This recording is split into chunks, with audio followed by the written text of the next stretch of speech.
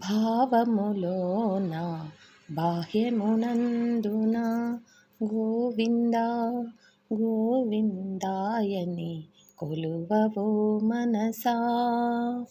ఒకసారి శ్రీకృష్ణుడు ధర్మరాజును పిలిచి, రాజ్యంలో చెడ్డవాళ్ళెవరైనా ఉంటే తీసుకురా, నీకు వరమిస్తా అని అన్నాడట.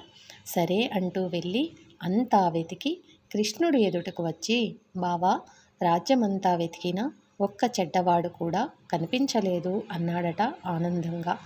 ఆ తరువాత దుర్యోధనుడిని పిలిచి, రాజ్యంలో మంచివాళ్ళు ఎవరైనా ఉంటే తీసుకురా, వరమిస్తా అన్నాడట. సరే అంటూ వెళ్ళి రోజంతా వెతికి తిరిగి వచ్చి ఒక్కరంటే ఒక్కరు కూడా మంచివాళ్ళు కనిపించలేదు అని చెప్పాడంట విచారంగా. ఇద్దరు వెళ్ళింది ఒకవైపుకే, కానీ ఒకరు చూసిన విధంగా మరొకరు చూడలేకపోయారు. వారి మనోభావాల మధ్య అంత వ్యత్యాసం ఉంది అన్నమాట. మన స్వభావాన్ని బట్టే మన భావం ఉంటుంది. యద్భావం తద్భవతి. అంతే కదండి. మన మనసు, మనం ఏ విధమైన ఆలోచనలతో మనం చూస్తామో ఎదుటి వాళ్ళు కూడా మనకు అదే విధంగా కనిపిస్తారన్నమాట.